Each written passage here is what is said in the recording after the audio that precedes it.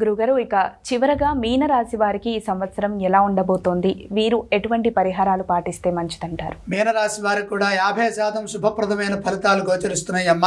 ఈ సంవత్సరంలో ఏలినాటి శని అనగా జన్మశని, ఈ జన్మశని ఏం చేస్తుందంటే ఖర్చులను పెంచుతుంది.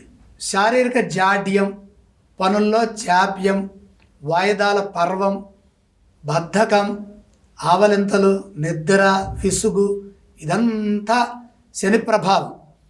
శని మొదటి దశలో ఖర్చులను ఇస్తారు కాబట్టి ఖర్చు పెరగకుండా చూసుకోవాలి.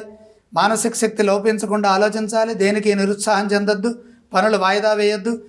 ధైర్యంగా ధర్మ మార్గంలో ఆలోచించి ప్రణాళికలు సిద్ధం చేసుకోవాలి. మానసిక శక్తికి ఎక్కువగా ప్రాధాన్యత ఉన్నది కాబట్టి మానసిక శక్తి కార్యశక్తిని ప్రసాదిస్తుంది.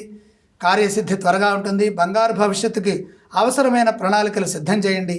రాహు ద్వాదశంలో సంచరించడం వల్ల నిద్రలేమి, దూర ప్రదేశాలకు ఎక్కువగా ప్రయాణాలు చేయాల్సినటువంటి పరిస్థితి రావటం, వృధా వ్యయము, అనవసరమైన ఖర్చులు, రాత్రిపూట ప్రయాణాలు చేయటం వల్ల శ్రమ, ఇవన్నీ కూడా గోచరిస్తున్నాయి. వీటిలో శ్రద్ధ పెంచండి. ముఖ్య కార్యక్రమాల్లో భయపడాల్సినటువంటి అవసరమేం లేదు.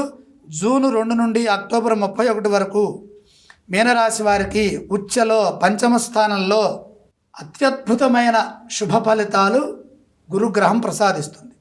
ఈ సమయంలో మీ బుద్ధి ప్రకాశిస్తుంది. శ్రేయోదాయకమైన భవిష్యత్తు లభిస్తుంది. పలు మార్గాల్లో విజయాలు సాధించడానికి, భవిష్యత్తు శుభప్రదంగా ఉండటానికి అవసరమైన ప్రణాళికలు రచించడానికి ఇది యోగ్యమైన కాలము. విశేషమైన ప్రతిభతో పనిచేయడం వల్ల సరైన గుర్తింపుని పొందుతారు. కీలకమైన సమస్యల నుండి తెలివిగా బయటపడతారు. కీలకమైన అంశాల్లో మేలు జరుగుతుంది. సంతానాభివృద్ధి ఉంటుంది. ఇంట్లో వారికి మేలు జరుగుతుంది. విద్యార్థుల శ్రమ ఫలిస్తుంది. ఆశించిన ఫలితాలు విద్యార్థులు పొందుతారు. విజ్ఞానవంతమైన విద్యని ఆస్వాదిస్తారు. సంస్కారవంతమైన జీవన విధానాన్ని కొనసాగిస్తారు. ఈ సమయంలో పెట్టుబడులు బాగా లాభాన్ని ఇస్తాయి. ఆర్థిక వృద్ధి విశేషంగా ఉంటుంది. అనుకూలమైన సమయం ఇది. సంవత్సరం చివరి భాగంలో షష్ఠ స్థానంలో గురుబలం కొద్దిగా వికటిస్తుంది. ఈ సమయంలో జాగ్రత్తలు తీసుకోవాలి. ఉద్యోగంలో ఒత్తిడి లేకుండా సకాలంలో పనిచేయాలి.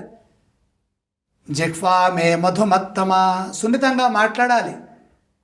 ఎంత శ్రమ ఉన్నా సరే మన ముఖంలో చిరునవ్వు చిందించాలి. అలాంటి సమయంలో మీ పనితనం అందరికీ తెలుస్తుంది. మీ కృషి అభ్యున్నతిని ప్రసాదిస్తుంది. ఖర్చుల విషయంలో జాగ్రత్తలు తీసుకుంటూ ధనాన్ని సద్వినియోగపరచుకోవాలి. ఆరోగ్యం, ఆహారపు అలవాట్ల పట్ల శ్రద్ధ వహించాలి. షష్ఠకేతువు శుభప్రదమైన ఫలితాన్ని ఇస్తారు. శత్రువులపై విజయాన్ని ప్రసాదిస్తారు. మేలు జరుగుతుంది. కేతువు ఆధ్యాత్మికంగా దైవ బలాన్ని పెంచుతారు. మీనరాశి వారు శ్రీ మహావిష్ణు సందర్శనం చేయటం, గురువారం నాడు శివారాధన చేయటం, హయగ్రీవమూర్తిని ఆరాధించడం వల్ల, గురుగ్రహ శ్లోకం చదువుకోవడం ద్వారా ఉత్తమ ఫలితాలని పొందుతారు.